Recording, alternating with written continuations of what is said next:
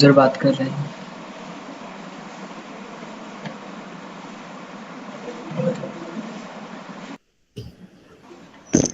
Sir, सुरू करा sir.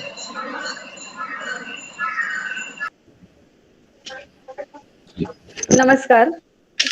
आज मंगळवार दिनांक 29 मार्च 2022 राष्ट्रसंत तुकडोजी महाराज नागपूर विद्यापीठ नागपूर, मनोहरराव कांबडी महाविद्यालय नागपूर तसेच राजकुमारी केवलरमाणी कन्या महाविद्यालय नागपूर यांच्या संयुक्त विद्यमानं आयोजित स्वतंत्र भारताची 7 दशक विचार आणि प्रतिबिंब या शीर्षकाअंतर्गत आंतरविद्या शाखीय शैक्षणिक परिसंवाद शृंखलेचे आयोजन करण्यात आले आहे.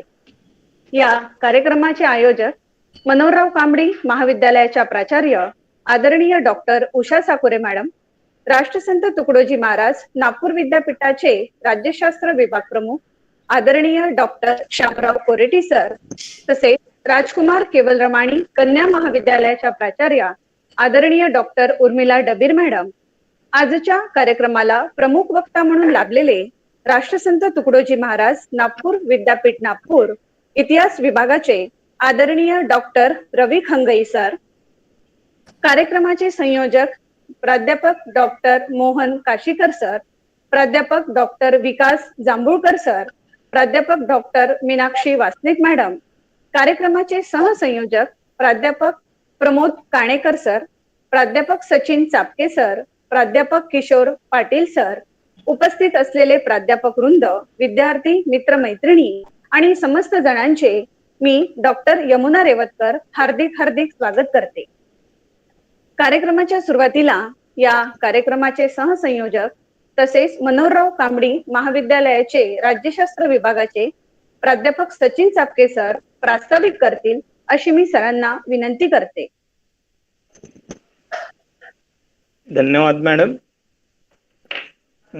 सबसे पहले मैं इस पूरा परिसंवाद की श्रृंखला के आयोजक डॉक्टर श्याम कुरेटी सर, साथ में doctor Usha Sakure ma'am, Urmila Dabir ma'am, मैं नमस्कार करता हूँ. साथ ही इस परिसंवाद में आज विशेष करके उपस्थित इतिहास विभाग के प्रमुख डॉक्टर संगीता मेश्राम और आज के इस श्रृंखला को आज का जो व्याख्यान करने वाले हैं ऐसे आदरणीय डॉक्टर रवि खंगई सर, इनका भी मैं स्वागत करता हूँ. हम देखते हैं कि भारत को आजादी मिले 7 दशकों का समय गुजर चुका है. इस 7 दशकों में भिन्न भिन्न विचारधारा रखने वाली राजनीतिक दलों की सरकारें बनी.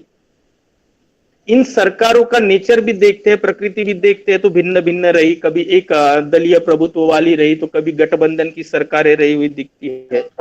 जब हम राजनीतिक इतिहास की बात करते हैं तो हम देखते हैं कि समय समय पर सरकारों ने विभिन्न ऐसे विचारों से प्रभावित इतिहास को अपने राजनीति के लिए और राज्य के लिए उपकरण के रूप में इस्तेमाल किया हुआ हमें दिखता है, जिस कारण भारतीय राजनीति इतिहास ने भी करवटें बदली हुई अपने को दिखती है. कभी भारतीय राजनीति सैद्धांतिक और व्यावहारिक रूप से दाई तरफ तो कभी बाई तरफ तो कभी मध्यम मार्ग से अपना सफर तय करती हुई दिखती है. इसी सफर की सैर करवाने के लिए आज अपने साथ में इतिहास विभाग से जुड़े सहायक प्राध्यापक डॉक्टर रवि खंगई सर हैं. मैं उनका तहे दिल से स्वागत करता हूं. सर आज अपने साथ history as a ideological state apparatus left right and centre इस टॉपिक के साथ संवाद करेंगे. मैं आशा करता हूं कि सर के साथ आज के संवाद के साथ हमारा आजाद भारत के राजनीतिक इतिहास की हमारे साथ सर आजाद भारत के राजनीतिक इतिहास की परतें खुली करेंगे जिसका हमें अपना वैचारिक दायरा बढ़ाने के लिए निर्विवाद रूप से फायदा होगा. इसी आशा के साथ मैं यही रुकता हूँ. धन्यवाद मैम. धन्यवाद सर. श्रोते हो, 15 ऑगस्ट 1947 दिवस उजाडला. स्वातंत्र्याची रम्या प्रवास झाली. असंख्य बलिदानांचे सार्थक झाले आणि भारताला पारतंत्र्यातून मुक्तता मिळून स्वातंत्र्य मिळाले. बघता बघता स्वातंत्र्याचा प्रवास 75 वर्षाचा होत आहे. आज आपण भारतीय स्वातंत्र्याचा अमृत महोत्सव साजरा करीत आहोत. स्वातंत्र्योत्तर काळामध्ये भारताने खूप चढ उतार बघितलेले आहे. भारताच्या स्वातंत्र्यानंतर ज्ञान विज्ञानाच्या सर्व क्षेत्रात देशाने अभूतपूर्व वाटचाल केलेली आहे. एक संपन्न, सुसज्ज व सुसंस्कृत देश अशी आपली जगात ओळख आहे. भारताला स्वातंत्र्य मिळण्यासाठी शहीद झालेल्या वीरांना न विसरता आपण त्यांच्याबद्दल अभिमान बाळगला पाहिजे. या वीरांच्या बलिदानाला प्रत्येक पुढच्या पिढीपर्यंत पोचविले पाहिजे. स्वतंत्र भारताच्या निर्मितीत 7 दशकामध्ये भिन्न भिन्न वैचारिक पृष्ठभूमी असलेली व्यक्ती, संस्था आणि सरकार यांचा प्रभाव पडलेला दिसतो. अनेक संधीचा लाभ घेतला तर अनेक संधी गमावल्याही. कोणत्याही राष्ट्राला, राज्याला उज्ज्वल भविष्याकडे मार्गक्रमण करायचे असेल तर आपल्याला इतिहासावर विशेष नजर ठेवणं आवश्यक असते. हाच उद्देश समोर ठेवून स्वातंत्र्याचा अमृत महोत्सव लक्षात घेता राज्यशास्त्र विभागातर्फे या शैक्षणिक परिसंवादाचं आयोजन केलेलं आहे, ज्यामध्ये स्वतंत्र भारतात सैद्धांतिक आणि व्यावहारिक दृष्ट्या 7 दशकांमधल्या प्रवासाचं ऐतिहासिक, साहित्यिक, आर्थिक, सामाजिक आणि राजकीय दृष्टिकोनातून विवेचन आणि विश्लेषण करण्यासाठी तज्ञ मान्यवरांना आमंत्रित केलेलं आहे. आणि आज सुद्धा या कार्यक्रमाचं औचित्य साधून आजच्या कार्यक्रमाला इतिहास विषय तज्ञ म्हणून लाभलेले प्रमुख वक्ता प्राध्यापक डॉक्टर रवी खंगई सर, ऐतिहासिक दृष्टिकोनातून history as a ideological state, apparatus, left, right and centre या विषयावर प्रकाश टाकणार आहे. त्यांना व्यासपीठावर आमंत्रित करण्यापूर्वी त्यांचा थोडक्यात परिचय करून देऊ इच्छिते. प्राध्यापक डॉक्टर रवी खंगई सर राष्ट्रसंत तुकडोजी महाराज नागपूर विद्यापीठ नागपूर येथे इतिहास विभागात सहाय्यक प्राध्यापक म्हणून कार्यरत आहे. शैक्षणिक क्षेत्रात जागतिक स्तरावर सरांचा बराच नावलौकिक आहे. शालेय जीवनापासून ते महाविद्यालयापर्यंत सर नेहमीच अग्रेसर राहिले आहे. ICHR ची पोस्ट डॉक्टरेल फेलोशिप सरांना प्राप्त झाली आहे. TCS त्याचप्रमाणे ICHR मध्ये सर विषयतज्ञ आहेत. India history centre, Boston USA आणि university of British Columbia Canada सोबतच सर अकॅडमिक अलायन्स मध्ये पण आहे. सर PhD चे मार्गदर्शक म्हणून देखील कार्यरत आहे. विविध राष्ट्रीय आंतरराष्ट्रीय नियतकालिकांमधून सरांचे एकूण 72 शोधनिबंध प्रकाशित झालेले आहे. आणि सर्वात अभिमानाची बाब म्हणजे डॉक्टर रवी खंगई सरांची देशसेवा. भारतीय वायुसेनेमध्ये सलग 15 वर्ष सरांनी आपले योगदान देत देशाचे संरक्षण केले. 1999च्या कारगिल युद्धामध्ये सहभागी झाल्याबद्दल सरांना ऑपरेशन विजय मेडलनी त्यांना गौरवान्वित केलेले आहे. देशाच्या इतिहासाचे खरे साक्षीदार, भारताला जागतिक स्तरावर मान मिळवून देणारे महान व्यक्तिमत्व आज आपल्याला प्रमुख वक्ता म्हणून लाभान्वित झालेले आहे. सरांचा परिचय बराच मोठा आहे. उच्च विद्या विभूषित आणि बहुआयामी असं व्यक्तिमत्व आज व्याख्याता म्हणून आपल्याला लाभलेले आहे. तर सरांचा जास्त वेळ न घेता मी सरांना विचार मंचावर सादर आमंत्रित करते. Doctor Ravi Khangai sir. नमस्कार सर. मनो बुद्धि अहंकार चित्तानि नाहम चिदानंद रूपम शिवोहम शिवोहम. Thank you so much Revatkar madam for such a generous introduction. माझा आवाज क्लिअर येतोय ना? Yes sir, yes sir. Thank you.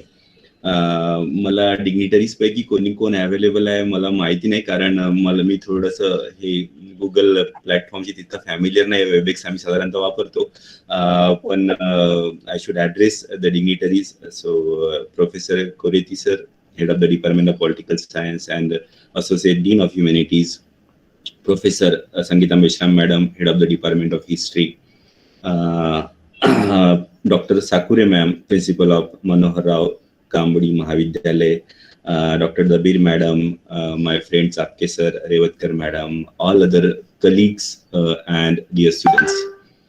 At the outset, I thank the organizer for giving me an opportunity to present my views here. कारण ज्या विषयावर मी आज बोलणार आहे त्या विषयाबद्दल चिंतन मनन मी बऱ्याच दिवसापासून करत होतो, पण आपली एक थोडीशी सवय राहते आळशीपणामुळे की जोपर्यंत डेडलाईन मिळत नाही तोपर्यंत आपण त्याच्यावर एक फोकस होऊन काम करत नाही. तर जेव्हा मला चापके सरांनी आमंत्रण दिलं त्याच्यानंतर मी या विषयावर आणखी थोडंसं, एक असतं ना एखादी आयडिया आपल्या मनामध्ये असते आणि मग ते डेव्हलप करायला थोडा वेळ लागतो, तर तो मी थोडासा डेव्हलप करण्याचा प्रयत्न केला आणि तो मी अत्यंत विनम्रपणे आपल्यासमोर मांडण्याचा प्रयत्न करतो आहे. आणि पण तत्पूर्वी I must congratulate you for being a citizen of such a vibrant country and the country which have not only survived as a democratic country for last 75 years, but it is thriving and looking with a hope towards future. खरं तर जेव्हा आपल्याला स्वातंत्र्य मिळालं होतं तसं रामचंद्र गुहा ज्याप्रमाणे म्हणतात की if it would have been a startup, जर का एखादी नवीन कंपनी जर का सुरू झाली तर त्याच्यामध्ये भारतामध्ये 75 इयर्स जेव्हा 1947 मध्ये जेव्हा आपल्याला स्वातंत्र्य मिळालं तेव्हा कदाचित कोणीच इन्व्हेस्ट नसतं केलं. म्हणजे याचाच अर्थ काय की भारत हा एक डेमोक्रेटिक राष्ट्र म्हणून सर्व्हाइव्ह करेल याच्यावर बऱ्याच लोकांचा विश्वासच नव्हता, कारण याच्यामध्ये इतकी जास्त डायव्हर्सिटी, इतके जास्त ज्याला फॉल्ट लाईन म्हटलं जातं ना इंग्लिशमध्ये, द एरिया ऑफ कॉन्फ्लिक्ट, जाती जातीमधले भेदभाव किंवा लिंग्विस्टिक डिफरन्सेस, रिजनल भेदभाव आणि of course the religion based conflict, हे इतके जास्त आहे की हा देश सर्व्हाइव्ह करू शकेल याच्याबद्दल बऱ्याचशा लोकांना आशा नव्हती. But thankfully we have survive and we should congratulate ourselves that we are a member and citizen of this interesting country. आता मी मूळ विषयाकडे वळतो माझ्या, मला थोडंसं शेअर करायचं आहे.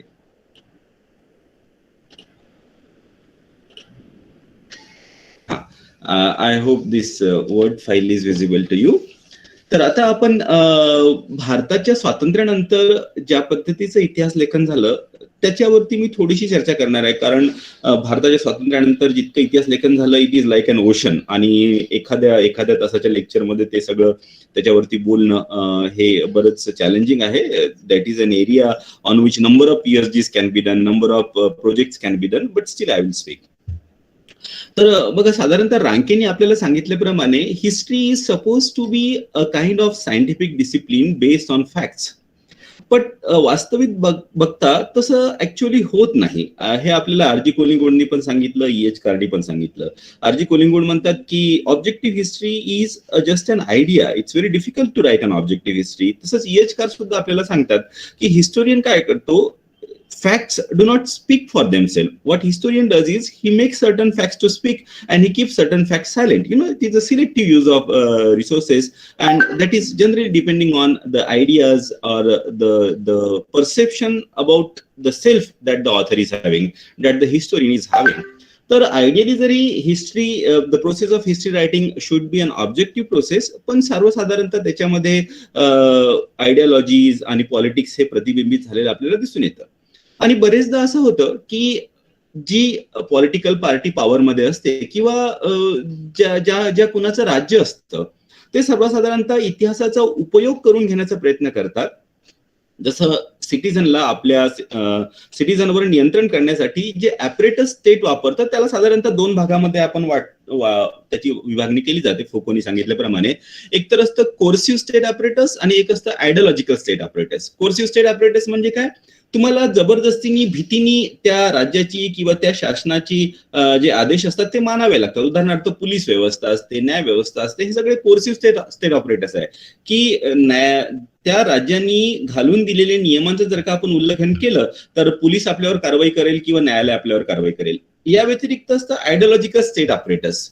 म्हणजे काय, ते राज्य अशा प्रकारची विचारसरणी तयार करण्याचा प्रयत्न करतात आपल्या नागरिकांमध्ये. They try to create a certain kind of ideas that the people themselves become submissive. लोक स्वतःहूनच सोपृतपणे त्या शासनाने किंवा त्या राज्यांनी दिलेली विचारसरणीचं अनुकरण करायला लागतात, आणि त्यालाच म्हटलं जातं ideological state operators. And education is one of the important factor which are generally use as an ideological state apparatus. शिक्षा व्यवस्था ही एक असं ॲपरेटस आहे ज्याच्यामधून शासनाची जी विचारसरणी असते ती पर्कोलेट करण्याचा प्रयत्न हा नेहमी केला जातो. आणि म्हणूनच ज्याला म्हणतात ना good citizen bad citizen, good citizen करण्याचा प्रयत्न केला जातो. गुड सिटीजन कोणाला म्हणायचं? सर्वसाधारणतः जे शासनाने घालून दिलेल्या नियमाचं पालन करतो आणि शासनासाठी काही ट्रबल तयार करत नाही, आणि त्याच्या विपरीत जाऊन जर का कोणी विचार करत असेल तर त्याला मग बॅड सिटीजन हे म्हटलं जातं. तर ही प्रक्रिया फार जुनी आहे.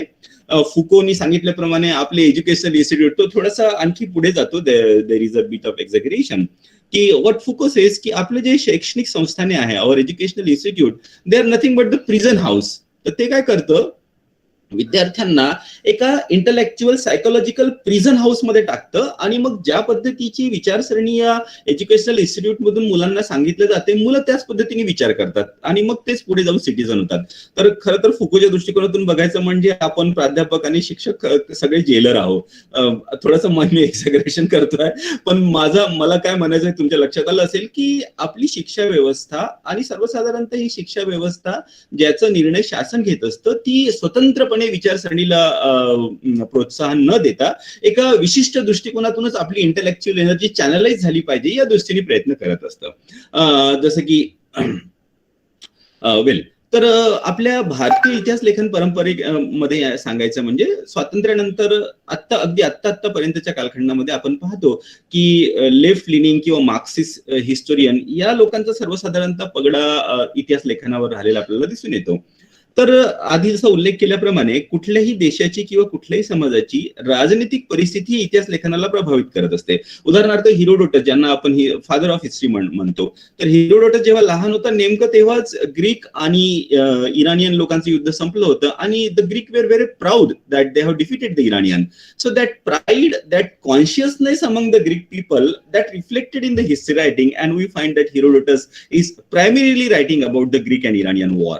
मध्यकाळामध्ये जेव्हा अरब देशांमध्ये इस्लामचा उगम झाला आणि मग इस्लामच्या झेंड्याखाली ह्या आपसात भांडणाऱ्या अरब टोळ्या एकत्र झाल्या आणि मग त्यांची energy it got directed outside. So under the banner of Islam Arab started conquest and slowly we find that the Islam as a conquering religion had spread to the very extensive part of the known world, starting from Spain to the significant portion of the Indian subcontinent and further to Indonesia.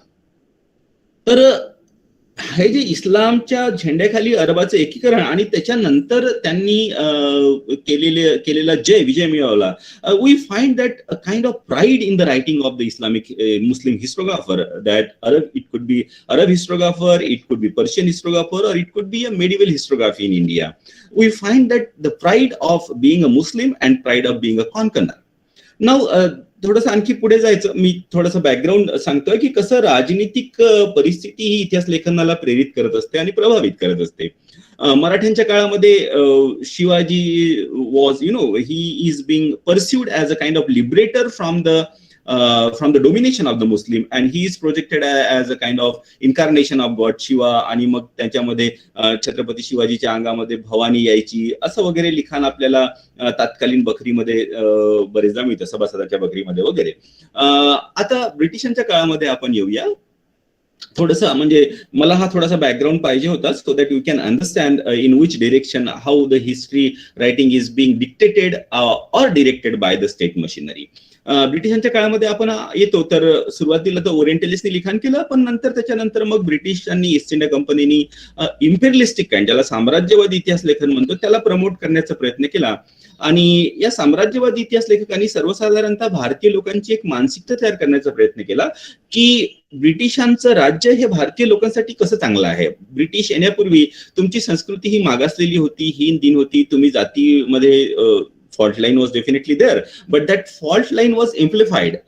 The religious conflict तुमच्यामध्ये होते असं वगैरे आपल्याला सांगण्याचा प्रयत्न केला. अर्थात ते पूर्णपणे खोटं होते असं मात्र निश्चितच नाही, पण एखादी समाजातल्या किंवा एखाद्या समाजाच्या इतिहासातल्या काही सिलेक्टेड गोष्टी पिकअप करणं आणि त्याला हायलाइट करणं, this is called a very selective use of historical sources done with the intention.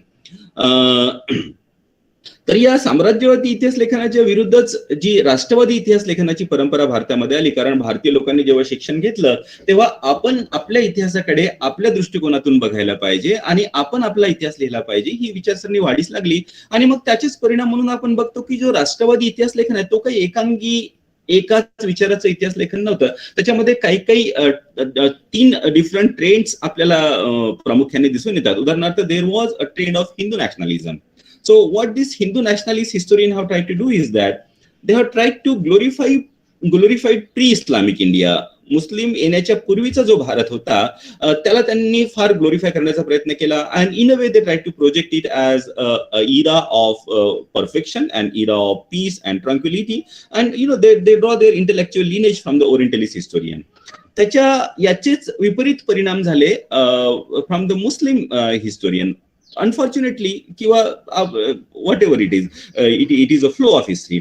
तर जेव्हा हिंदू संस्कृती ही फार उच्चभ्रू होती अशी जेव्हा लिखाण करण्यात आलं हिंदू राष्ट्रवादी इतिहासकारांकडनं, तर त्याची प्रतिक्रिया म्हणून मुस्लिम इतिहासकारांनी सुद्धा मुस्लिम संस्कृती सुद्धा ही कशी श्रेष्ठ आहे हे दाखवण्याचा प्रयत्न केला. आणि मग त्यांनी जेव्हा स्टडी करून मध्यकालीन इतिहासाचं अध्ययन केलं, तर याच्यामध्ये काय झालं की they try to connect the Muslim culture in India with the culture of central Asia. So invariably मध्यकाळामध्ये आपण पण बघतो की सर्वसाधारणतः मुस्लिम हिस्टोग्राफर जे होते सुलतानांच्या आणि मुघलांच्या दरबारामधले, ते आपला इतिहास, त्यांच्या इतिहासाची सुरुवात ही साधारणतः भारतापासून होत नाही. जसं सर्वसाधारणतः आता आपण करतो, आपण सिंधू सभ्यता आणि मग वैदिक आर्य याच्याबद्दल वाचतो. तर आपला जो इतिहास आहे that is within this more or less geographical boundary of Indian subcontinent that includes Pakistan आणि बांगलादेश. पण मध्यकालीन मुस्लिम इतिहासकारांचं आणि तसंच या ब्रिटिशांच्या काळामध्ये जे मुस्लिम रिॲक्शनरी इतिहासकार होते, they trace the lineage of culture to central Asia. मग त्यांचं लिखाण हे प्रोफेट मोहम्मदापासून मग अरब कल्चर, मग पर्शियन कल्चर वगैरे वगैरे पासून सुरू होतं. आणि भारतामध्ये जेव्हा मोहम्मद गझनी आला किंवा त्याच्यापूर्वी अरब आले सिंधमध्ये, त्यांच्याबद्दलचं लिखाण ते करतात. आणि आणखी एक ट्रेंड होता, त्याला म्हणतात रिकॉन्सिलेटरी हिस्ट्री रायटिंग. रिकॉन्सिलेटरी हिस्ट्री रायटिंग म्हणजे असे इतिहासकार होते की ज्यांनी हिंदू आणि मुस्लिम यांचं कुठेतरी रिकॉन्सिलेशन होतं का, कुठेतरी यांचा मेळ होतो का, अशा गोष्टी शोधून त्याच्यावरती लिखाण करण्याचा प्रयत्न केला. उदाहरणार्थ अकबर मग त्याच्यामध्ये बराच पॉप्युलर झाला, जो बराच लिबरल होता. कबीर बरेच पॉप्युलर झाले, ज्यांनी की हिंदू आणि मुस्लिम दोन्ही विचारसरण्याचे कुठेतरी मेळ घालण्याचा प्रयत्न केला. रहीम पॉप्युलर झाले. याच ट्रेंडमध्ये देर is a book by Tarachand, Influence of Islam on Indian Culture, where he tries to understand how these two culture came and merged together. अर्थात त्याच्यामध्ये आपण असं नाही म्हणू शकत, these are the different trend. आणि एखाद्या इतिहासकाराच्या विचारसरणीवर आपल्याला वेगवेगळ्या ट्रेंडचे प्रभाव सुद्धा दिसून येतात. It is not that if you brand someone as a kind of Hindu nationalist, so he was not at all reconciliatory. It's not like that. Or if you brand someone as a Muslim historian, he was not willing to reconciliate. Things are not like that.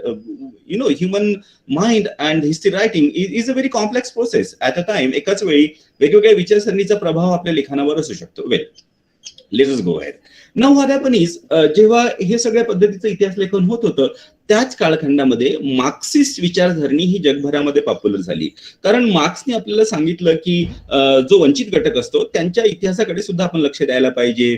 आणि मार्क्सचं जे analysis होतं ते बरंच scientific होतं. त्यांनी फार detail समाजाच्या जडणघडणीचा, कॅपिटलिझमचं अध्ययन केलं होतं. ते बरेचसे सायंटिफिक पणा त्याच्यामध्ये होता. तर त्याच काळामध्ये मोहम्मद हबीब सारख्या, ज्याला की साधारणतः राष्ट्रवादी इतिहासकार म्हटलं जातं, पण त्यांच्या लिखाणावरती आपण मार्क्सिझमचा प्रभाव दिसतो. आणि त्याच्यानंतर मग डी कोसंबी आले, who is generally consider as a pioneer of Marxist history writing. आता स्वातंत्र्य जेव्हा मिळालं 1947 मध्ये, स्वातंत्र्याबरोबरच we had a very we had an experience of partition which had deeply hurted the sensibility of any sensible person. There was a mass killing, lot of atrocities on women, and many people became homeless. There was a mass migration, and there was a communal frenzy. Just before independence also there was a communal frenzy. Hindus and Muslim, they developed significant number of them, not all, large number of them came under the idea that Hindus and Muslim are two different nations and they cannot stay together, and that finally it led to the lot of rioting, killing, and finally partition. Now partition नंतर सुद्धा काय झालं की भारतामध्ये we still had a significant Muslim population. Now presently also the population of Muslim is more than Pakistan, the population of Muslim in Pakistan. तर आपल्याला एक असं मॉडेल पाहिजे होतं की ज्याच्यामध्ये Hindus and Muslim can exist with cooperation, and the model that suited that time is definitely a Nehruvian model of secularism. Nehru was, he is considered as a statesman. He was inspired by a very high ideal. आणि मायनॉरिटीची एक psyche असते. There is a fear psyche. They fear that probably they will be dominated by majority, and many times the politician they exploit this fear psyche. And the minority, the significant minority in India is obviously Muslim. They had only one takes, only one concept of God, only one theological concept of God. So their historical background enables them to to stay together and possibly to have a kind of political clout, a political influence. So this Nehruvian model, it suited the condition, and they promoted an ideology. A Nehruvian model of governance promoted an ideology that we should try all our best that minorities should feel comfortable. They should not be feel alienated by any kind of narrative that is prevailing in the national discourse. And so they try to give a message. See, our present identity is significantly influenced by the past. So through the writing, through the intellectual discourse, they try to give a message that the Hindus and Muslims, they coexisted together in the past. As they coexisted together in the past, the message goes that they can coexist together in the present as well. How this, historical, how you perceive yourself, आपण स्वतःला कशा दृष्टिकोनातून बघतो, आपली self identity कशी असते, हे आपल्या बिहेवियरला प्रभावित करते. एक सिंपलचं उदाहरण देतो मी. जेव्हा आता कोरोनाच्या कालखंडामध्ये जेव्हा लॉकडाऊन लागला होता, तेव्हा पंजाबमध्ये एका निहंगला जेव्हा पोलिसांनी त्याची गाडी थांबवण्याचा प्रयत्न केला, so that Nihang he hit the barricade first and then he came out from his vehicle with a sword and he chop off the hand of a police officer. Nihang are suppose to be a monk. Now, can you expect that a Buddhist monk doing that? आणि त्याच कालखंडामधली एक घटना जी की बरीच viral झाला होता, तो video. वारकरी जेव्हा आषाढी एकादशी आली, and there was a Warkari with his typical dhoti and topi and with bhagwa zenda on his shoulder. He walked very long distance up to Pandharpur. पण पंढरपूरच्या बाहेर जेव्हा त्याला पोलिसांनी थांबवलं, तेव्हा त्यांनी त्या पोलिसालाच नमस्कार केला. ही सेड, माऊली, काही हरकत नाही, and then he just went back. So you see, these both are people who are having their own religious identity. Nihang is also a monk, Sikh monk, who is supposed to protect the shrine from the Mughal attack, and that is how the Nihang came into existence in medieval period. So, but that Nihang who chopped off the hand of a police person, probably he was having that concept of the self that I am a warrior. And it's out of that concept of the self that he took out the sword and hit the policeman. Warkari, he was aware of the legacy of a very peaceful coexistence, that Warkari is not supposed to attack, and he should see Mauli, the mother god, in everybody. So he touches the feet of a police person and he comes back. So here I'm giving this simple example to put my point across, that how your identity of the self conditions your present behavior, and this identity of the self is significantly influenced by the historical legacy. Now, Marxism narrative, it suited Nehruvian model, because Marxism, they generally negate influence of religion. They generally reject that religion is a prime mover of the historical actions. What they try to emphasize is that it is an economic factor which is a prime mover, which is a priming, which is a primarily determining factor in the history. इतिहासाच्या जडणघडणीमध्ये आर्थिक कारण हे महत्त्वाचं असतं असं marks आपल्याला सांगतो. आणि मग ते नेहरुवियन मॉडेलला सुटेबल होतं, कारण त्याच्यामुळे मग religion can be push in the background, religion can be push in the back burner, and at the same time, the significant writing of this period and the significant Hindu psyche is also influenced by the policy of appeasement towards minority. And we have, Gandhi was no more after 47, पण तो गांधीजींच्या विचारसरणीचा प्रभाव फार काळापर्यंत टिकला, आता सुद्धा आहे. आणि you cannot reject. Gandhi has done a very significant contribution to to what India is today, or even what world is today. Recently, I was quite felt proud that in Afghanistan, when जेव्हा भारतातून अफगाणिस्तानामध्ये आता condition फार खराब आहे, जेव्हा भारतातून त्यांना मदत पाठवण्यात आली, तर एका भिंतीवर तिथल्या अफगाण लोकांनी गांधीजीचं चित्र पोर्ट्रे केलं. So Afghan who are known to be very kind of warrior and very fierce, if they are adopting Gandhi, we as an India should feel proud of it. Well, nevertheless, गांधीजींच्या writing मध्ये आणि त्यांच्या वागण्यामध्ये in general it seems that he was also following a policy of appeasement of minority. Let us take the example of Mopela case. जेव्हा non cooperation आंदोलन झालं, त्या non कॉपरेशनच्या आंदोलनामध्ये गांधीजींनी मुसलमानांची मदत घेतली आणि त्यांच्या खिलाफतच्या आंदोलनाला समर्थन दिलं. Khilafat was an institution which was by and large outdated. Khilafat was a medieval concept की जगभरातले सगळे मुस्लिम हे खलिफाचे सिटीजन आहे आणि धर्माच्या आधारावर एखाद्या साम्राज्याची निर्मिती असणं सायकोलॉजिकली का असेना, that seems to be a bit an outdated concept in the present day of multi-religious, multicultural and plural society.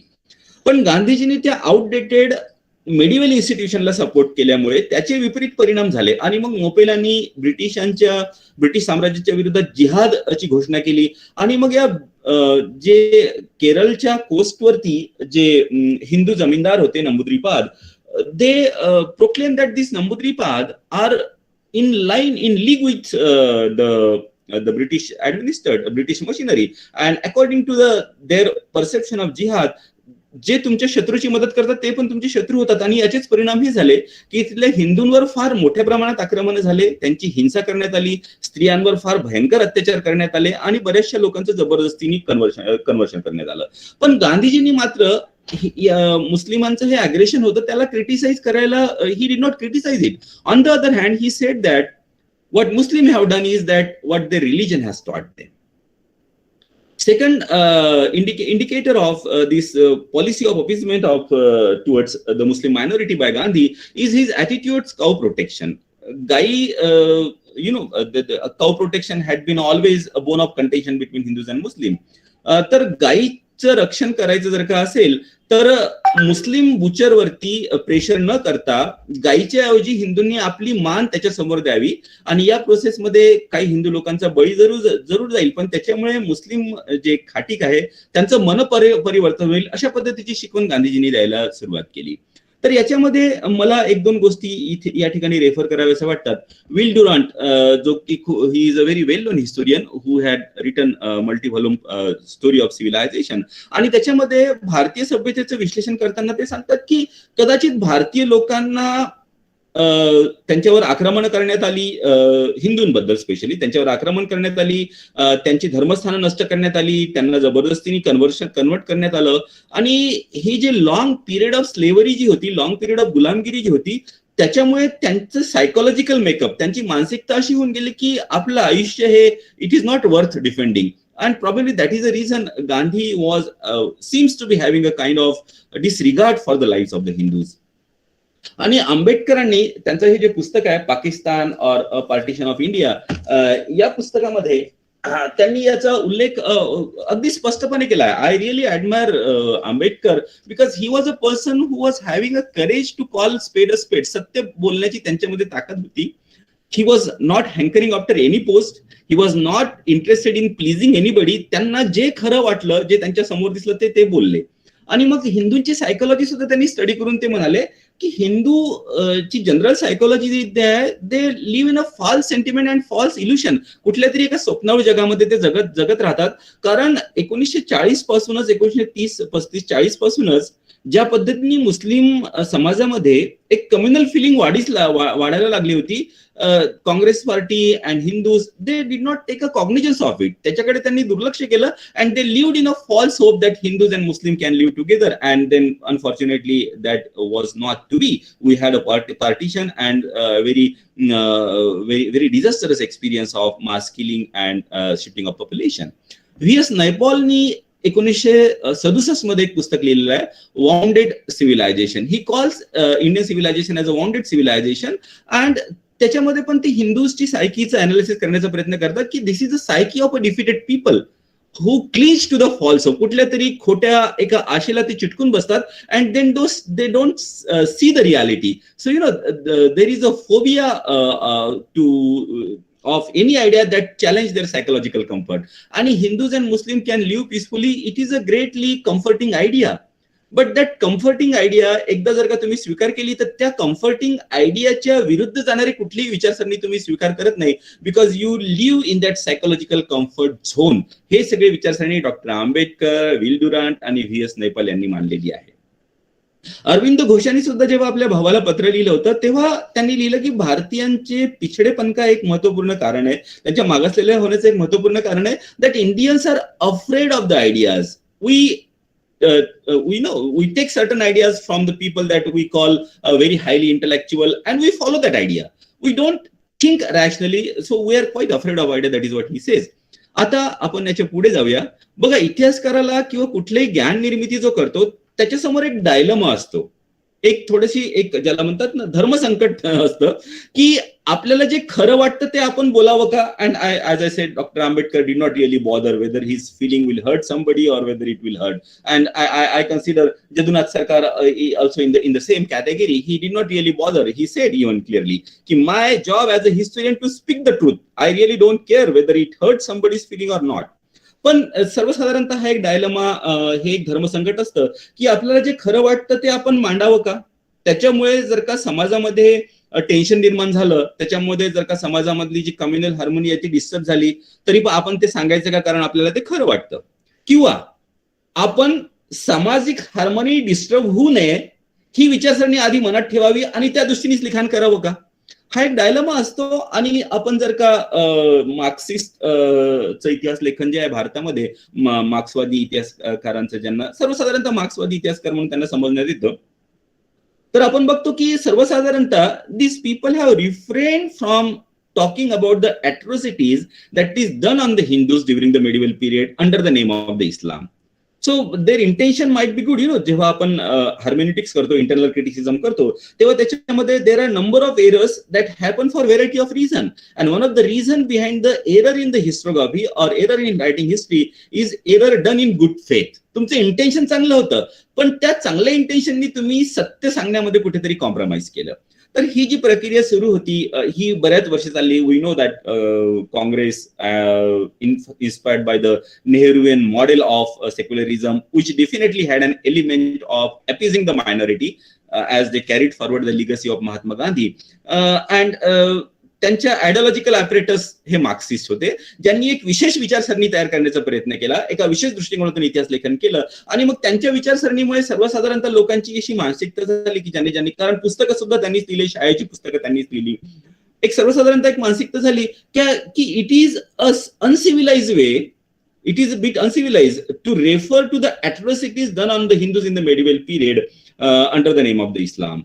आणि मग हे कधी कधी एक्स्ट्रीमिटीजला जातं. मग जे कोणी रेफर करायला लागलं त्याच्यावरती त्याच्याकडे बोर्ड दाखवून तुम्ही हिंदूवादी आहात किंवा तुम्ही ब्राह्मणवादी आहात असं दाखवून, that was one of the tactics used by these people to put these people who speak anything good about pre-Islamic period or who try to mention these atrocities done on the Hindus under the name of Islam, to put him on the back foot. You call him as a kind of Hinduwadi, you call him as a kind of Brahmin supremacist, and then put him on the back foot. And that is done from the the so called right wing also. मला थोडंसं ते right wing आणि left wing हे शब्द तितकेसे चांगले वाटत नाही, कारण they are use as a kind of slur to put the people on the back foot. Anybody who talks about certain good about Hinduism, call him at the right wing and put him on the back foot.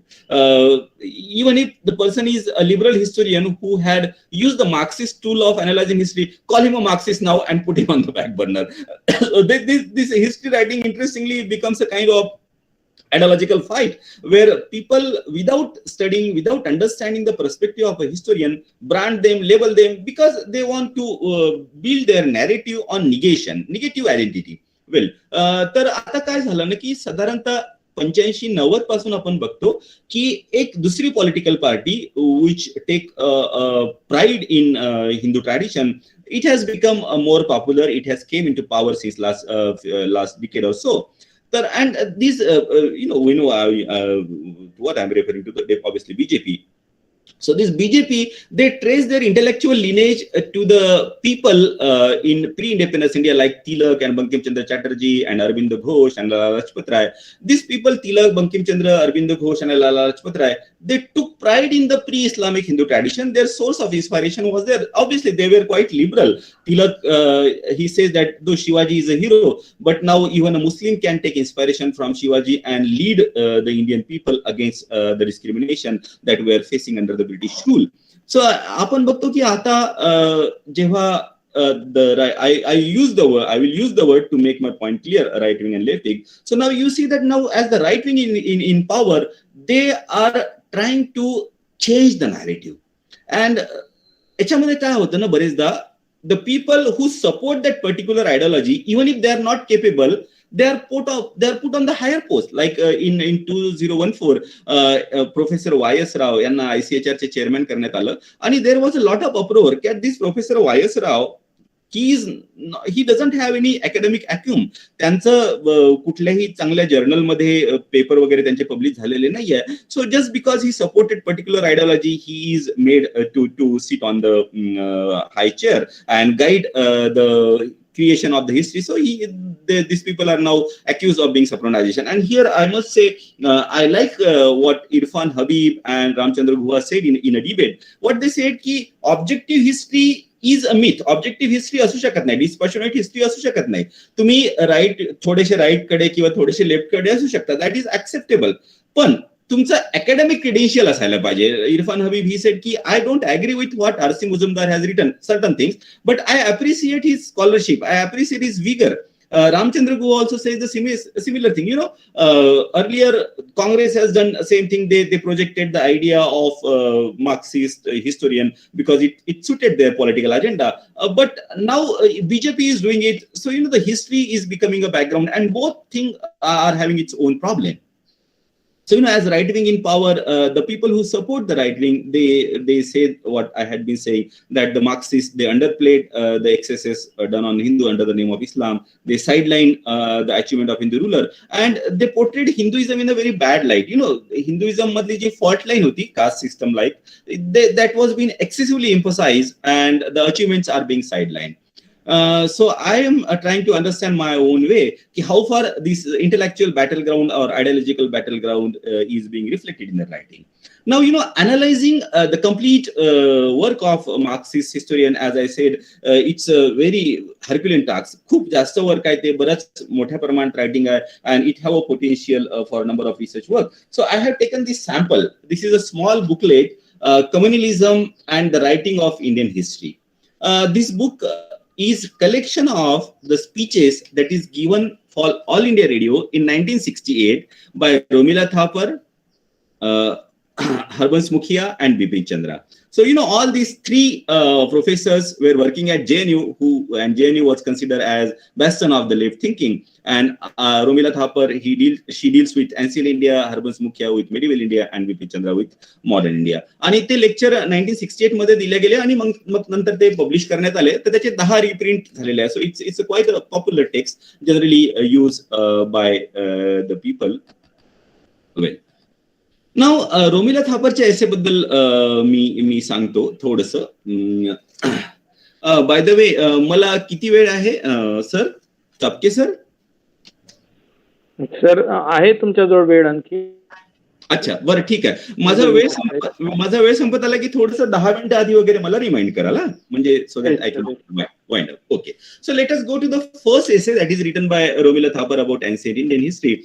And in the essay, in the beginning itself, she lays a claim. She put forward her hypothesis की हिंदू आणि मुस्लिम identity जी आहे ती James मिलचं जे पुस्तक होतं history of British India, त्याच्यापासून या imperialistic हिस्टोरियननी Hindu आणि मुस्लिम आयडेंटिटी तयार केली.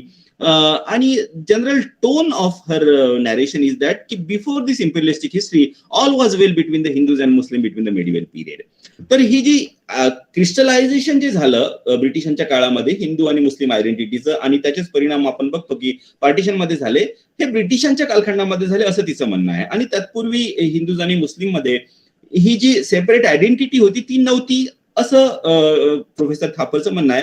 माझं I am narrating certain incidences, I am narrating certain evidences की मध्य काळामध्ये सुद्धा हिंदू आणि मुस्लिम ही एक सेपरेट आयडेंटिटी अस्तित्वात होती. And the very obvious example is from the Indo Persian historiography. आधी सांगितल्याप्रमाणे अरब हिस्टोग्राफी पासून प्रेरणा घेऊन नंतर पर्शियन हिस्टोग्राफी डेव्हलप झाली आणि ती भारतामध्ये त्या पर्शियन हिस्टोग्राफीचा ट्रेंड आला. आणि या हिस्टोग्राफीमध्ये आपण बघतो जी की सर्वसाधारणतः ज्या लोकांनी लिहिली ते धर्मानी मुस्लिम होते, की they were very conscious that they are a Muslim and the follower of the pure religion and to over ज्यांच्यावरती ते रूल करत आहे, those people are backward. Those people are are kind of the word that is having a very derivatory reference that is called kafir. They are kafir, and I'll give certain example. I have chosen certain text, certain few example starting from the 8th century to 18th century, 1000 years of period. And या सगळ्या period मध्ये आपल्याला दिसतं की this Muslim historiographer they were very conscious that they are a very proud Muslim. So Chachnama हा एक ग्रंथ, याचा ऑथर कोण आहे हा मिळत नाही. हा 8व्या शताब्दीमध्ये लिहिलेला ग्रंथ आहे.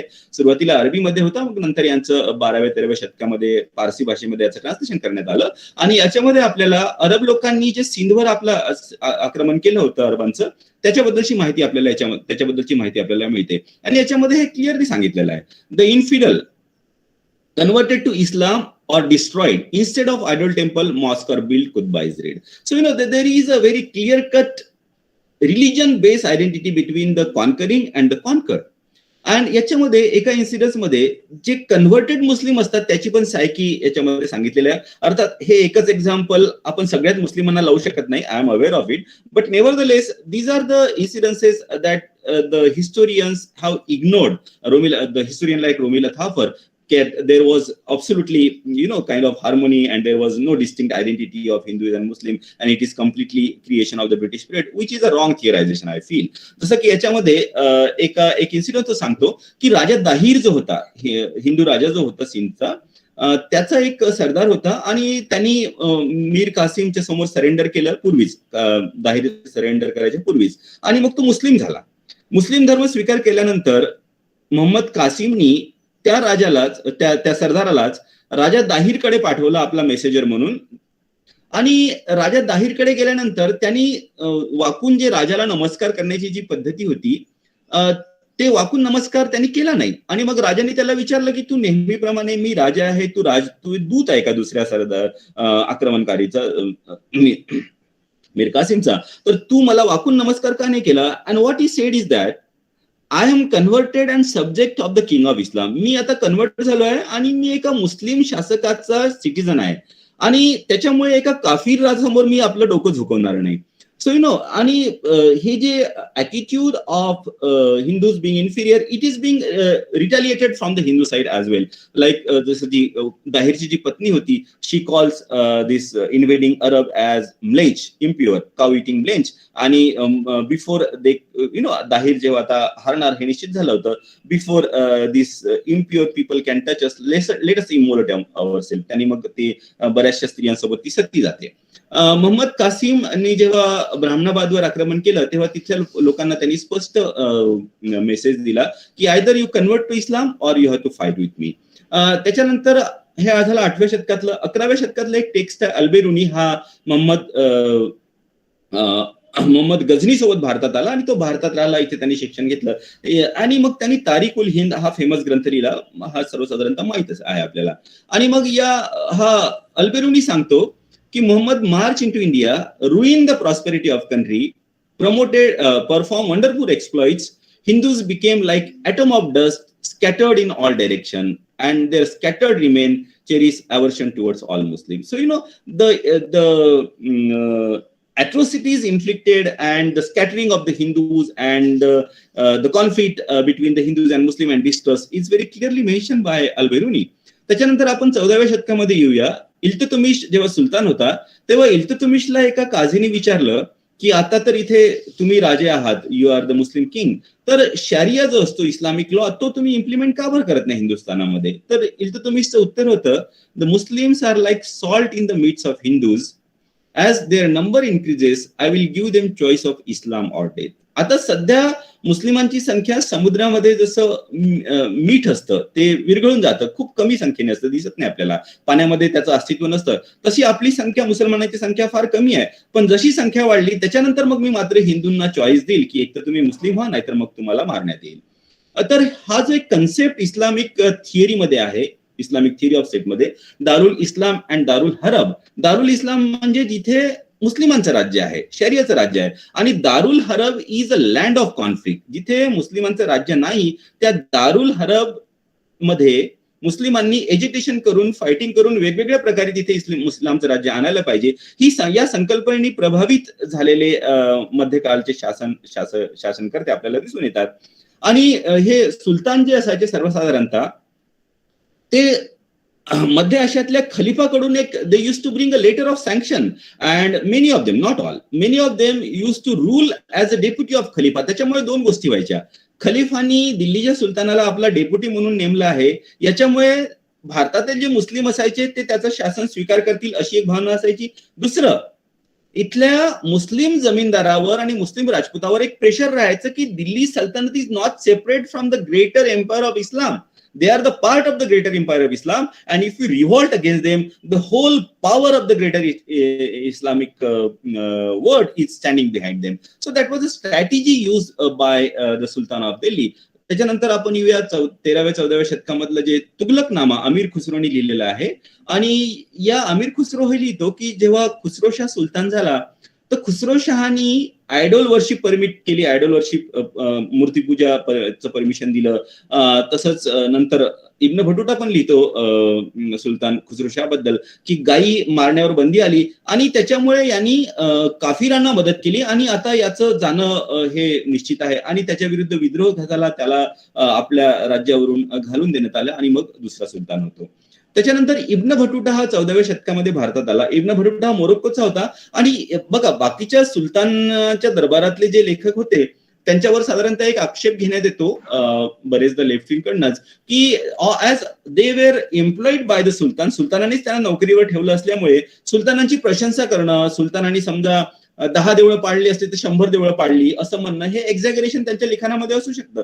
पण इब्न बटुटाचं लिखाण हे जास्त विश्वसनीय याच्यासाठी आहे कारण इब्न बटुटा हा इथे राहिला नाही भारतामध्ये. त्यांनी आपलं लिखाण भारताचा प्रवास करून जेव्हा तो मोरोक्कोला परत गेला तेव्हा त्यांनी आपला प्रवास वर्णन लिहिलं आणि त्याच्यामध्ये मग त्यांनी भारताचं लिखाण केलं. मोहम्मद बिन तुगलकच्या कालखंडामध्ये तो आला होता आणि तो सांगतो मोहम्मद बिन तुगलकच्या बद्दल की मोहम्मद बिन तुगलकचे जास्तीत जास्त अधिकारी जे आहे त्याच्या दरबारातले हे बाहेरून आलेले आहे and they are treated as Aziz. आणि तो मग एका मस्जिदचं वर्णन करतो की कुतुब मिनारच्या जवळ एक मस्जिद आहे, ती मस्जिद मंदिरं पाडून मंदिराच्या जागेवर ती मस्जिद बनवण्यात आलेली आहे आणि त्या मंदिराच्या समोर 2 मूर्त्या दगडामध्ये चिनून ठेवलेल्या आहे आणि त्या मस्जिदीमध्ये जे कोणी मुस्लिम नमाज पडायला जातात ते त्या मूर्तीवर पाय ठेवून मस्जिदीमध्ये जातात. तसंच जेव्हा चीनच्या राजांनी मोहम्मद बिन तुगलकला आमचं जे बुद्धिस्ट मंदिर जे आहे भारतामध्ये ते रिपेअर करायचं आहे त्याची परमिशन मागितली होती तर पण ती परमिशन नाकारण्यात आली. Muhammad bin Tughlaq said it very categorically that it is against Islam. आणि Ibn Battuta he mentions that there was a custom की हिंदू जर का मुस्लिम झाला तर त्याला रिवॉर्ड देण्यात यायचं, त्याला कपडे आणि गोल्ड ब्रासलेट देण्यात यायचं. सुलतान खुसरो शहाचा उल्लेख आधी पण आला आणि इथे इब्न बटुटा पण सांगतो की त्यांनी गायी हत्या बंद केली होती आणि त्याच्यामुळे मुस्लिम लोकांनी त्याला पसंत नाही केलं आणि he was driven away. Doctor आंबेडकरांचं ओपिनियन काऊ सॅक्रिफाईस बद्दल खूप इंटरेस्टिंग आहे, या पुस्तकामध्ये आलेलं आहे. डॉक्टर आंबेडकर सांगतात की दुसऱ्या मुस्लिम देशांमध्ये जेव्हा सॅक्रिफाईस करण्यात येतं, बळी देण्यात येतो जनावरांचा, तर त्याच्यामध्ये गाय नसते, उंट असतो किंवा बकरी असते. पण भारतामध्ये मात्र Muslim insist on cow sacrifice just because they want to hurt the sentiment of Hindus. This is written by doctor Ambedkar, I am quoting doctor Ambedkar. आणि त्याच्यानंतर Ibn Battuta he talks about how Eid was celebrated. ईदचं celebration झालं आणि त्या celebration नंतर जे हिंदू राजा होते त्यांच्या ज्या कॅप्चर्ड डॉटर्स होत्या, त्यांच्या ज्या मुलींना युद्धामध्ये बंदी करण्यात आलं होतं, त्यांना पेश करण्यात आलं. त्या मुलींनी डान्स केले, गाणे म्हटले आणि त्याच्यानंतर त्या मुलींना वाटून देण्यात आलं आपल्या दरबारांमध्ये. इब्न खल्दूनला सुद्धा काही मुली पाठवण्यात आल्या. मुस्लिमांचं डोमिनेशन हे हिंदूंवर तो स्पष्ट सांगतो आणि हिंदूज हे जंगलामध्ये लपून प्रतिकार करत आहे याचा उल्लेख तो करतो. त्याच्यानंतर 16व्या शतकामध्ये आपण येऊया. तारीखे शेरशाही. तारीखे शेरशाही मध्ये शेरशहानी जेव्हा रणमल नावाच्या हिंदू राजपूत राजाच्या किल्ल्यावर आक्रमण केलं आणि आता रणमलला बरंच काळ युद्ध चाललं आणि रणमलला जेव्हा वाटलं की आता युद्ध हे मी जिंकू शकत नाही, तेव्हा त्यांनी निगोसिएशन सुरू केलं आणि शेरशहानी त्याला प्रॉमिस केलं की तू निघून जा, तुला सुरक्षित वाट मी देतो. पण जेव्हा तो निघून जायला लागला तेव्हा शेरशहानी मौलवीच्या सांगण्यावरून त्याच्यावरती आक्रमण केलं आणि रणमल ला आणि त्याच्या राजपूत साथीदारांची हत्या करण्यात आली, त्यांना मारून टाकण्यात आलं. ते लढता लढता मेले आणि याचं जस्टिफिकेशन मौलवी शेरशाह सुरीला सांगतो की काफिराला दिलेलं वचन पाळणं हे आवश्यक नसतं. You don't have to really follow the promise that you made to the काफिर. So you know there was a very distinct perception of the self as a Muslim being superior among the historian of the Indo-Persian historian of the medieval period. Akbar nantar definitely he became a bit liberal, but he also kills Hemu, who was unconscious, and he assumed the title of Ghazi. Ghazi is a person who slays the infidel. त्याच्यानंतर आपण 18व्या शतकात येऊया. मासिर आलमगिरी. आणि बघा ज्या पद्धतीचा उल्लेख इब्न बतूतानी केलाय तशाच पद्धतीचं वागणं आपल्याला 18व्या शतकामध्ये सुद्धा दिसतं. याच्यामध्ये मासिर आलमगिरीमध्ये साकी मुस्तैद खाननी सुद्धा आपला ग्रंथ औरंगजेबाच्या मृत्यूच्या 50 वर्षानंतर लिहिला. त्याच्यामुळे निश्चितच तो औरंगजेबाला प्रसन्न करण्यासाठी लिहित होता असं आपण म्हणू शकत नाही. तर तो सांगतो की जेव्हा जोधपूरवर मुघल सेनाने आक्रमण केलं आणि तिथली बरीचशी मंदिरं तोडली आणि तिथल्या मूर्त्या घेऊन ते दिल्लीला आले, तर दिल्लीला जामा मस्जिदचं जे कोर्टयार्ड होतं त्या कोर्टयार्डमध्ये त्या सगळ्या मूर्त्या दगडामध्ये चिनून ठेवण्यात आल्या आणि त्या मूर्त्यांवर पाय ठेवून मग मुस्लिम लोक मस्जिदीमध्ये जायचे आणि यायचे. तसंच गोलकोंड्याचा जो राजा होता, गोलकोंड्याचा जो सुलतान होता अबू हसन, याच्यावर आक्रमण करण्याचं जस्टिफिकेशन काय होतं हे आपल्याला साकी मुस्तैद खान सांगतो मासिर आलमगिरीमध्ये की एकतर तो शिया होता, दुसरं त्यांनी हिंदूंना आपल्या दरबारामध्ये मोठ्या पदावर नोकरीला ठेवलं, त्यांनी मूर्तीपूजा ही होऊ दिली. हा त्याचा गुन्हा होता, म्हणून त्याच्यावर आक्रमण करणं आणि त्याचं राज्य नष्ट करणं हे आवश्यक होतं. अर्थात बघा एका घटनेच्या मागे वेगवेगळे कारण असू शकतात. राज्य घेणं, संपत्ती घेणं हे ते निश्चितच कारण होतं, पण त्या कारणाला जर का तुम्ही धार्मिक आधारावर जस्टिफाय करण्याचा प्रयत्न करता, that is an idea which we need to study and understand and not to just neglect as the Marxist historian have tried to do. आणि तो सांगतो आपल्या मासिर आलमगिरीमध्ये की मुख्य उद्देश जो होता माझा तो या औरंगजेबाचा दक्षिणेकडे आक्रमण करणे की काफिरांच्या राज्यामध्ये मला हे धर्माचा प्रसार करण्याचा होता. पीटर हँडी ज्यांनी हिस्टोरियन ऑफ मेडिव्हल पिरियड हा जो ग्रंथ लिहिलेला आहे, आता त्याच्यामध्ये तो सांगतो की मुस्लिम थिओलॉजियन हिस्टोरियन यांनी हिंदू सिव्हिलायझेशन, हिंदू सभ्यता समजून घेण्याचा कधीही प्रयत्न केलेला नाही. ते एक स्वीपिंग जनरलायझेशन त्यांनी केलं की हिंदू ते अज्ञानात राहत आहे, ते काफिर आहे, एक्सेप्ट ऑफकोर्स अल्बेरुनीने जरूर हिंदू धर्म त्यांची फिलॉसॉफी समजण्याचा प्रयत्न केला, but that is a rare example. We have couple of example. Dara शिकोनी जसं उपनिषद ट्रान्सलेशन वगैरे केलं, पण Dara Shikoh was not generally accepted by the orthodox Muslim population of the period. आणि आधी सांगितल्याप्रमाणे the Muslim historiography they generally begin with Middle East and then they come to India with the conquest of Arab और with the conquest of the Turk. Professor Thapar मॅडमनी नंतर ते म्हणतात, ते सांगतात की सेपरेट रिलिजियस आयडेंटिटी जे मध्यकाळात बघा, now she contradicts her own statement. Earlier she sed that this separate communal identity is a product of the British period. Now she goes back on her own word and she contradicts herself by saying that this separate Muslim identity and Hindu identity came in medieval period because of the nature of Hinduism. Again there is a contradiction. कारण नंतर ती पुढे स्वतःच सांगते की हिंदू हा एक कुठलाही युनिफाईड धर्म मध्यकाळामध्ये नव्हता.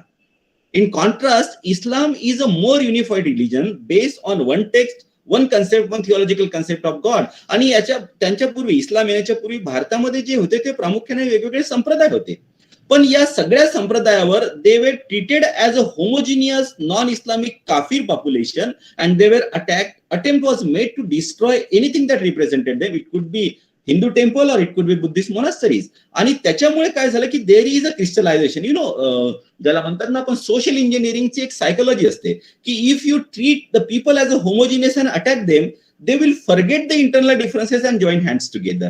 So that is what happened. The crystallization of Islamic and Hindu identity in the medieval period is a result of the coming of Muslim. कारण त्यांच्यापूर्वी जे लोक भारतामध्ये आले, शक आले, हुशान आले, they were assimilated within the Hinduism because Hinduism not having one scripture, not having only one concept of God, not having only one centralized church, it facilitated the assimilation. Well, I will go ahead now. I will leave. Professor Thapar मॅडमचं आणखी एक example मी देऊ इच्छितो. आता बघा, strategy communist किंवा Marxist हिस्टोरियननी एक अडॉप्ट केली. पहिले तर निगेट करायचं, there was any differences between Hindu and Muslim. Then जर का मुस्लिमांनी देवळं तोडली तर कुठलं तरी एक एक्झाम्पल द्यायचं की हिंदूंनी सुद्धा देवळं तोडली आहे. आणि राजतरंगिणीमध्ये एक उल्लेख जरूर येतो की 11व्या शतकामध्ये, ज्या शतकामध्ये जेव्हा मोहम्मद गझनीने भारतावर आक्रमण केलं, त्या शतकामध्ये काश्मीरमध्ये हर्ष नावाचा एक राजा होता आणि त्यांनी राजतरंगिणीमध्ये उल्लेख केला की त्यांनी देवळं तोडली. तर शी ट्राईज टू इक्वेट की जर का हर्षाने सुद्धा देवळं तोडली तर मग आपण मोहम्मद गझनीला का बरं किंवा इतर मुस्लिम शासकांना का बरं आपण त्यांच्यावर आरोप ठेवायचे की त्यांनी देवळं तोडली. पण it is again a very selective use of evidences. मी राजतरंगिणी शोधण्याचा प्रयत्न केला. प्रोफेसर थापर मॅडमनी त्यांनी कुठला राजतरंगिणीचं ट्रान्सलेशन वापरलं याचा उल्लेख कुठेही केलेला नाहीये. त्यामुळे जी राजतरंगिणी मला सापडली ही M.A. स्टीननी ट्रान्सलेट केली आहे आणि 1900 मध्ये ही प्रकाशित झाली होती. तर I guess probably professor Thapar was aware of this translation. आणि या ट्रान्सलेशन मध्ये definitely on page number 352 it is mentioned that the king Harsha has definitely broken the temple and looted the wealth of the temple. पण याच्यानंतर दुसऱ्याच पेजवरती king Harsha is mentioned as तुर्कशा. तुर्कशा was a word used for the Turk. आणि त्याच्यानंतर 2 page नंतर on page number 357 it is mentioned that he supported the Turkasha captain, gave them lot of money and tried to please them. So does it indicate, I am not reaching any conclusion, कुठल्याही निष्कर्षावर मी पोहोचत नाहीये, पण हे तुर्कशा mention किंवा Turkish captain किंवा Turkish सैन्य, Turkish अधिकारी हे किंग हर्षाच्या सैन्यामध्ये होते. आणि नंतर सुद्धा जेव्हा काश्मीरवर आक्रमण करण्यात आलं दुसऱ्या हिंदू राजाकडनं आणि काश्मीरला जेव्हा जिंकण्यात आलं तेव्हा तिथल्या तुर्किश सरदारांना बंदी बनवण्यात आलं, हे आपल्याला लक्षात येतं. त्यामुळे 11व्या शतकापासूनच तुर्किश मुस्लिम हे काश्मीर राजाच्या सैन्यामध्ये होते, हे इंडिकेटर आहे. These are the pointers. पण मला एक आश्चर्य वाटतं की प्रोफेसर थापर मॅडमनी हे मेन्शन का बरं नाही केलं. Is it not a deliberate attempt of making a selective use of sources? नंतर थापर मॅडमनी हा जो लेख लिहिला, हा 68-69 मध्ये लिहिला. त्याच्यानंतर 1989 मध्ये त्यांनी सिंडिकेटेड हिंदुइझम नावाचा लेख लिहिला आणि त्याच्यानंतर तोच लेख 2014 मध्ये सुद्धा प्रकाशित झाला, द पास्ट ऍज प्रेझेंट या ग्रंथामध्ये. आणि या दोन्ही लेखामध्ये त्या हिंदू किंग हा जो होता हर्ष यांनी मंदिरं पाडली याचा उल्लेख करतात. पण या दोन्ही लेखामध्ये त्यांनी कुठली राजतरंगिणी वापरली, त्याच्यानंतर त्याला तुर्कश हे म्हणण्यात आलं याचा उल्लेख ते मात्र करत नाही. आणि ते मात्र उल्लेख करतात की मला अशी आशा आहे की हिंदूंनी मंदिरं पाडल्याचे उल्लेख आणखी पुढे येतील आहे. पण हा एकच संदर्भ 68 पासून 2014 पर्यंत थापर मॅडम देतात. तर डेफिनेटली मंदिरं पाडली हे राजतरंगीमध्ये लिहिलेलं आहे, आपण ते स्वीकार करायला पाहिजे. पूर्ण हिंदू समाज हा चांगला आहे किंवा पूर्ण मुस्लिम समाज हा वाईट आहे, that is a very simplistic theorization which I don't believe in to it. But why there is an hiding of the evidences seems to be deliberate. On the other hand she says, Thapar madam म्हणतात की मुस्लिमांनी जी मंदिरं तोडली त्याचा उल्लेख करण्यात येतो, पण ब्राह्मणांनी जे खालच्या जातीवर अत्याचार केले त्याचा उल्लेख करण्यात येत नाही. हे पण रॉंग सेंटेन्स आहे. आपण जर का रिफॉर्म मुवमेंट पाहिली किंवा स्वातंत्र्यानंतर आपण जर का जे खूप जास्त पॉप्युलर भारतामध्ये झाले असे 2 व्यक्ती, एक म्हणजे महात्मा गांधी आणि एक म्हणजे doctor Ambedkar. The popularity of doctor Ambedkar indicates that the people by and large have accepted the ideas of Dr. Ambedkar. And ब्राह्मणांनी शूद्रांवर अत्याचार केले याच्यावर कितीतरी पुस्तकं लिहिण्यात आलेली आहे. There is a lot of debate in academic as well as in the popular perception against the Brahmanical caste system, and that is the reason we find that there is a lot of change. जी fault line upper caste आणि lower caste मध्ये होती ती पूर्णपणे आताही नष्ट झालेली नाही. I do accept that, but it has blurred to the significant level because there had been a vehement attack on the Brahmanical attitude of treating somebody as a superior and treating somebody as an inferior because of its birth, and it should be. Any discrimination is to be criticized, but when you discriminate, when you criticize one discrimination, why you try to hide another discrimination? That is a point I want to make here. Now let us come to, I think I should hurry up. Harbans मुखियाचं एकच उदाहरण मी थोडंसं इथे उल्लेख करतो. हरबंस मुखिया justify करण्याचा प्रयत्न करतात की मुस्लिम शासकांनी आपली शासन व्यवस्था वापरून इस्लाम धर्माचा प्रसार करण्याचा प्रयत्न केला, याला आपण क्रिटिसाइज करण्याचा प्रयत्न करतो. पण अशोकाने मात्र आपली सिस्टमचा वापर करून बौद्ध धर्माचा प्रसार करण्याचा प्रयत्न केला, याला आपण क्रिटिसाइज करत नाही, असं हरबंस मुखिया म्हणतात. जेवढं अशोकाबद्दल किंवा जेवढं बुद्ध धर्माबद्दल मला थोडंफार जे माहिती आहे, अशोकाच्या एका लेखामध्ये अशोक सांगतो, respect the religion of other people because by respecting the religion of other people, the respect for your own religion grows. Buddhism, the essential spirit of Buddhism is non-violence, and there is no evidence that Buddhism has spread by force. Buddhism has hated the people of other religion, at least whatever little experience I have about Buddhism, and probably that is the reason that after studying so many religions, Dr. Ambedkar has finally accepted Buddhism. So equating the spread of Islam for almost 700-800 years by force, treating the non-Muslim as a kafir, and equating it with the spread of Buddhism, I think this is a pretty wrong, unhistoric comparison.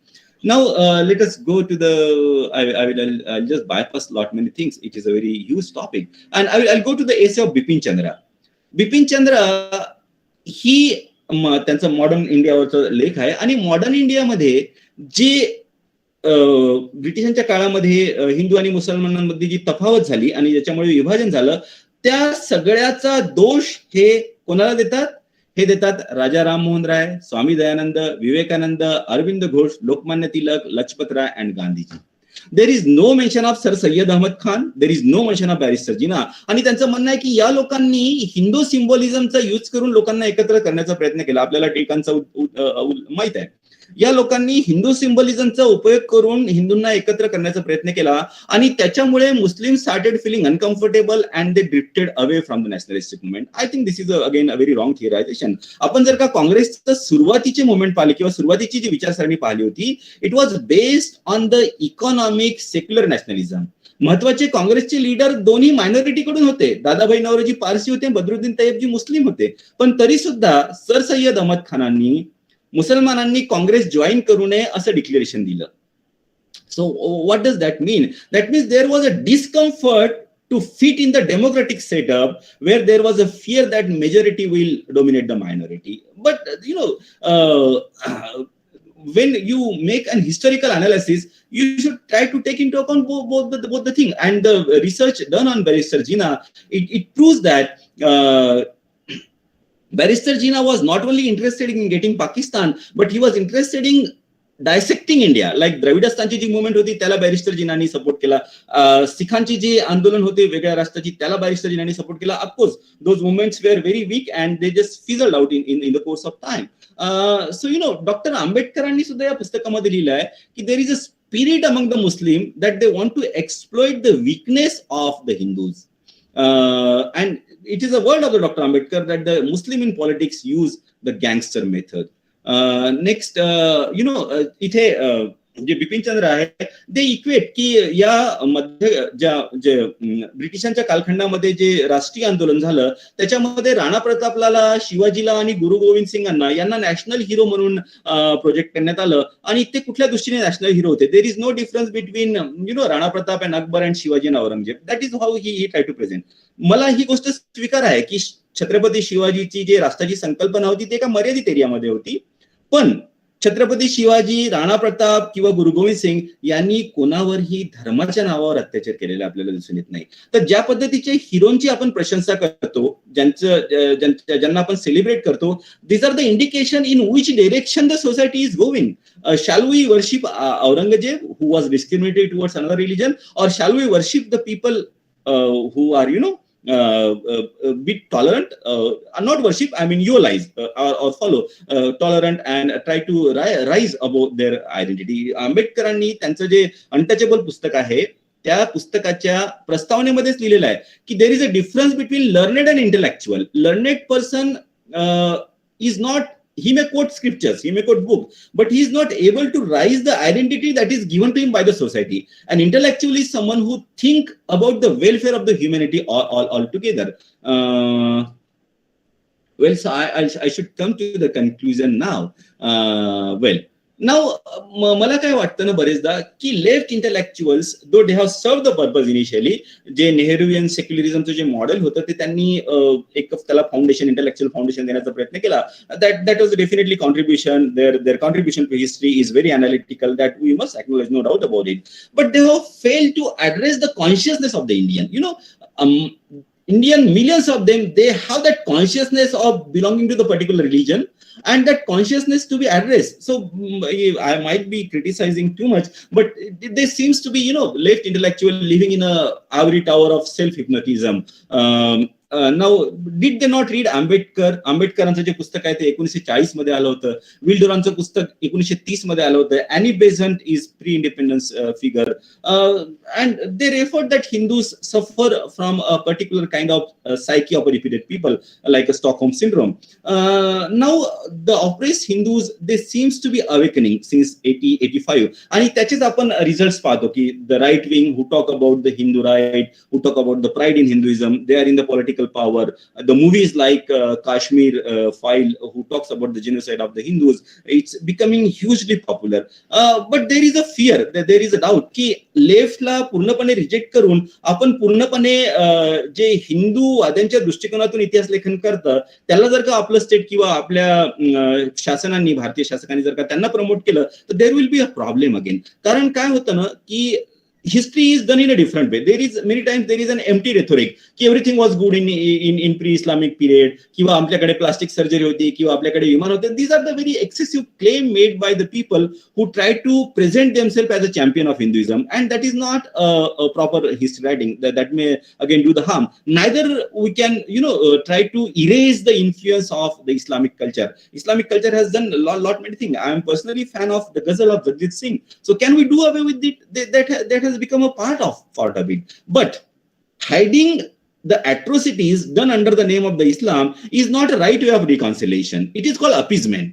The right way of reconciliation, again I am quoting Ambedkar, he says that there is a difference between reconciliation, adjustment, and there is a difference between appeasement. Appeasement will have no limit. You just go on appeasing the people. आणि ही जी मध्यकाळाची mentality आहे ही नष्ट झालेली आपल्याला दिसून येत नाही. Doctor Ambedkar again एक उदाहरण देतात. ब्रिटिशांच्या काळामध्ये मदन मोहन मालवीयाला एका मौलवीने आव्हान दिलं होतं, कारण पानिपतचं जे 1761चं युद्ध होतं त्याला घेऊन थोडी कॉन्ट्रोवर्सी होती की ते अफगाणांनी जिंकलं की ते हिंदूंनी जिंकलं. तर कारण त्याच्यानंतर अहमद शाह अब्दाली भारतामध्ये आला नाही. So many Hindu historian they claim that was a victory of the Marathas, and the historian, Muslim historian and the Ahmad Shah Abdali's historian, they claim that the Marathas were decisively defeated. तर या गोष्टीला घेऊन कॉन्ट्रोवर्सी होती. तर तेव्हा एका मौलवीनी मदन मोहन मालवीयाला आव्हान दिलं होतं की चला दुसऱ्यांदा होऊन जाऊ द्या. आमच्या पॉप्युलेशनच्या तुलनेमध्ये मी 700 मुसलमानांना घेऊन पानिपतच्या रणांगणावर येतो, आणि तुमच्या पॉप्युलेशनच्या तुलनेमध्ये तुम्ही 2200 हिंदूंना घेऊन पानिपतच्या रणांगणावर याल. मला माहित आहे की you have a mortal fear of the Afghan. अफगाणांना तुम्ही घाबरता, म्हणून मी अफगाणांना घेऊन येणार नाही, but I will bring the Muslims from India and let us fight the war again with the swords, not with gun. So you see the mentality. आता ही काय वेळ आहे का, हा काय वेळ आहे का की जेव्हा आपण तलवारीने रणांगणावर लढून कोण श्रेष्ठ आहे आणि कोण कनिष्ठ आहे हे आपण इथे डिसाईड करणार आहे. आणि आपण बघतो की तीच मानसिकता संपलेली नाही आहे. Very latest statement comes from the leader who claim themselves to be the leader of the Muslim, की आम्ही 20 करोड आहो पण आम्ही 80 करोड भारी आहो, किंवा 15 मिनिटासाठी पोलिसांना बाजूला करा आणि बघा काय होतं ते. तर असे जे स्टेटमेंट आहे, does it indicates to the particular carry over effect of the medieval mentality, and that we need to address. बरेचदा काय होतं ना, या लेफ्ट लिनिंगचं रायटिंग आणि इकॉनॉमिक रायटिंग वाचून आपण या गोष्टी मेन्शन करणं थोडं अनसिव्हिलाइज वाटायला लागतं की अत्याचार झाले याच्याबद्दल आपण बोलायचं नाही. But I think that is not a right way of reconciliation. We need to talk about it, and let us not, my perception is that it should not be left to the public debate only. It should come into the academic debate. Academic debate मध्ये कुठली गोष्ट आली तर त्याच्यावरचं जे काम होतं ते मोर सोबर होतं. It will not be just get carried away by the passion. आता मला एका प्रश्नाचं मी एक प्रश्न उद्भव करतो आणि आता सांगतो की मुस्लिमांनी मुस्लिम धर्माच्या नावावर हिंदूंवर अत्याचार केले. Shall we hold the present Muslim responsible for it? I will ask another question. दुसरा प्रश्न. जर्मन लोकांनी ज्यूवर अत्याचार केले त्याचा अर्थ सध्याचे जे जर्मन लोक आहेत त्यांना त्याच्यासाठी जबाबदार धरण्यात यावं का? किंवा प्राचीन काळामध्ये भारतामध्ये ब्राह्मणांनी शूद्रांना आपल्या अधिकारापासून वंचित केलं तर त्याच्यासाठी सध्या जे ब्राह्मण आहेत त्यांना आपण दोषी ठरवावं का? You know the answer. Obviously not. But provided आता सध्या ज्यांचा जन्म ब्राह्मण कुळामध्ये झाला आहे, he should not claim any superiority that he is superior because he born in the Brahmin family, and we attack it in a different way. Similarly, if a Muslim born in the Muslim family claims superiority referring to the medieval period, like I just gave certain example, then that is a problematic and that need to be addressed. Otherwise, we will be doing the same mistake as Ambedkar has pointed out, that we Hindus live in an illusory world and we don't want to address this concern as it shocks our psyche. I will conclude by quoting Foucault. Foucault says, I write not because I want to have a final word on it. I write because I want more books to be written on it so that the truth will come out, so that the more and more perception will come out. I speak not because my word is final, and I spoke not because what I am saying is the only truth. I spoke because I just wanted to give a pointer so that the more and more people can engage with it. When I took this topic, I thought I will also try to talk about the right-wing historian, but the time was too short, the work was too heavy, and I could not take, the right-wing, just like left-wing, एक established school of thought आहे. We know these are the left-wing by and large, starting from D.D. Kosambi, Romila Thakur, and so forth. Right-wing तसं well-established thought नाही आहे सध्या तरी. They are just, making certain noises here and there. Probably it will take a lot of time, and let us listen to the left wing and right wing both, but try to be in the center. That is what I will finally say, and I will stop here. Thank you for the patience hearing. If I have hurted somebody's feeling, I request to be forgiven. Thank you so much.